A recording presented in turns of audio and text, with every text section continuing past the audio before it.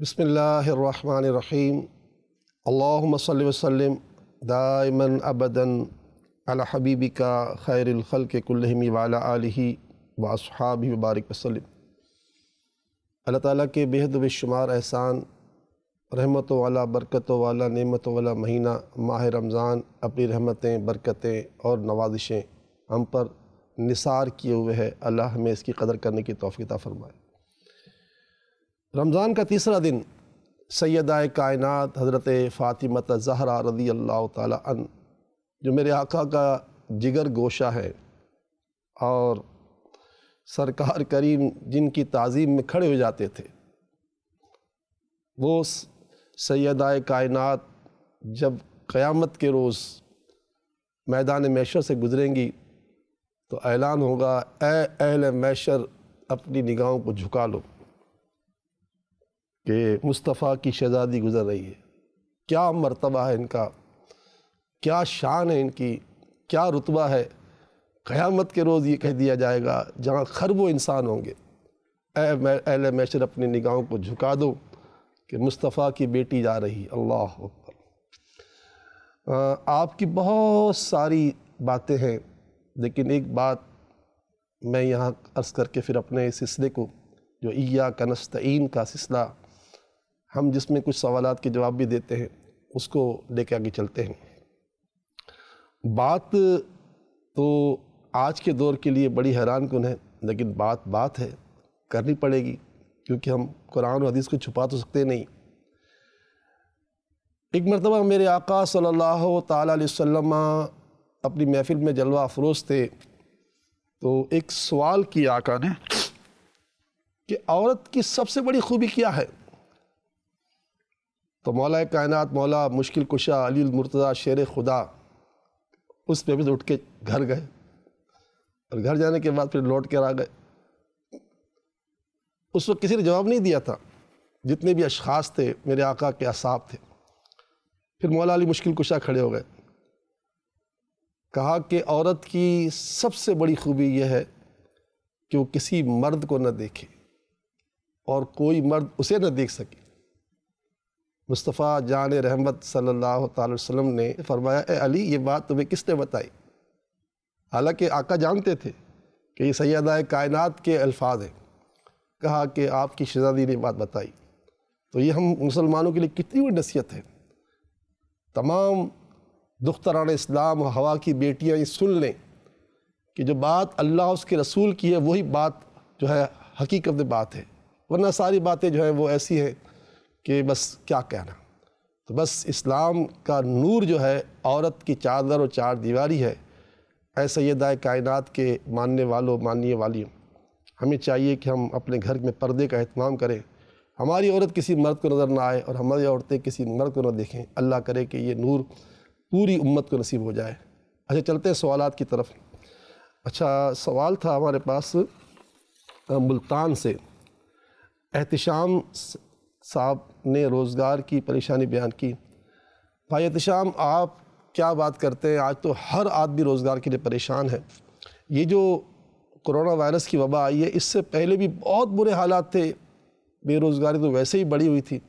پچھلے دنوں ہمارے وزیر اعظم صاحب کہہ رہے تھے کہ 25% لوگ تو ویسے ہی غربت کی لکیر سے گرے ہوئے ہیں۔ یہ کرونا وائرس سے پہلے کی بات، اور اب جو مہینہ سے ایک مہینے تک لاک ڈاؤن کا معاملہ، اس سے تو نہ جانے اور کیا کچھ ہو گیا ہوگا۔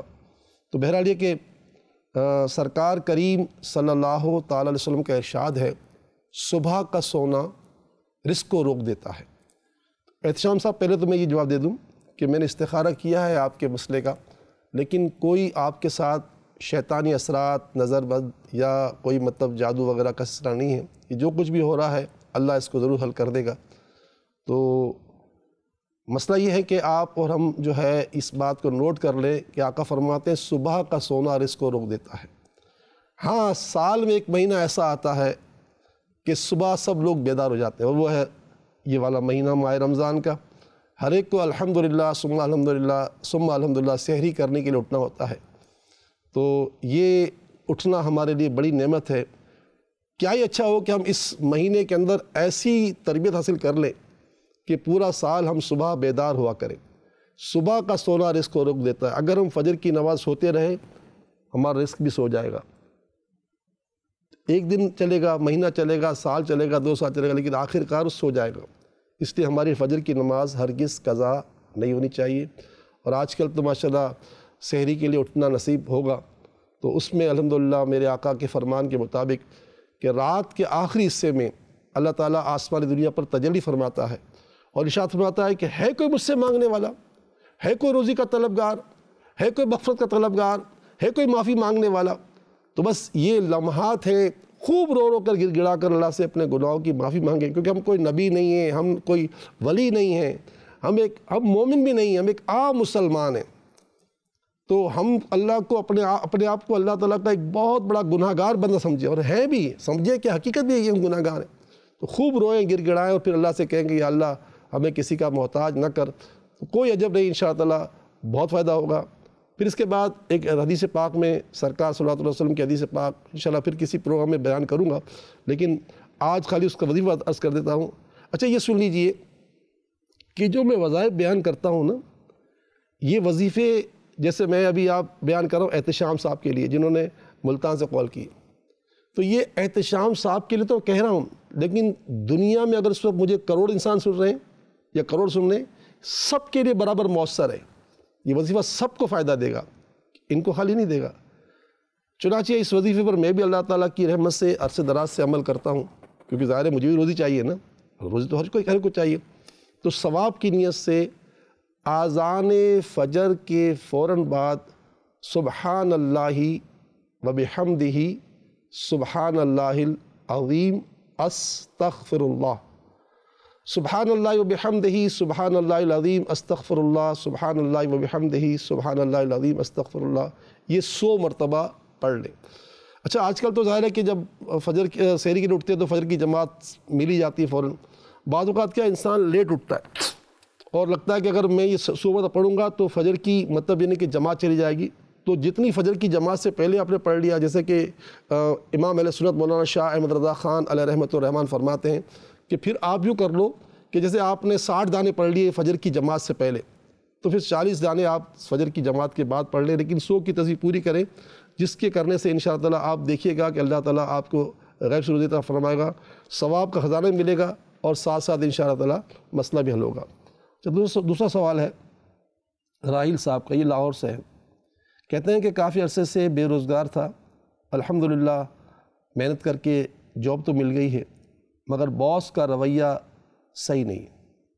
کوئی ایسا وظیفہ بتائیے کہ میرے باس کا رویہ میرے ساتھ بہتر ہو جائے.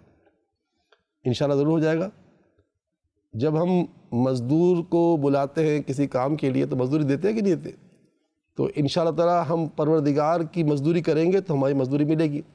اس کا بہترین ذریعہ یہ ہے کہ ایک تو جمعے کے دن کا وظیفہ ہے, اور بقیہ روزانہ نماز کے بعد 100 مرتبہ درود پڑھ لیا کریں, صلی اللہ علیہ وآلہ وسلم, صلی اللہ علیہ وآلہ وسلم, صلی اللہ علیہ وآلہ وسلم. حدیث پاک میں آتا ہے میرے آقا فرماتے ہیں صلی اللہ تعالیٰ علیہ وسلم کہ مجھ پر درود پاک پڑھنے والے کے لیے اللہ تعالیٰ مخلوق کے دل میں محبت پیدا کر دیتا ہے.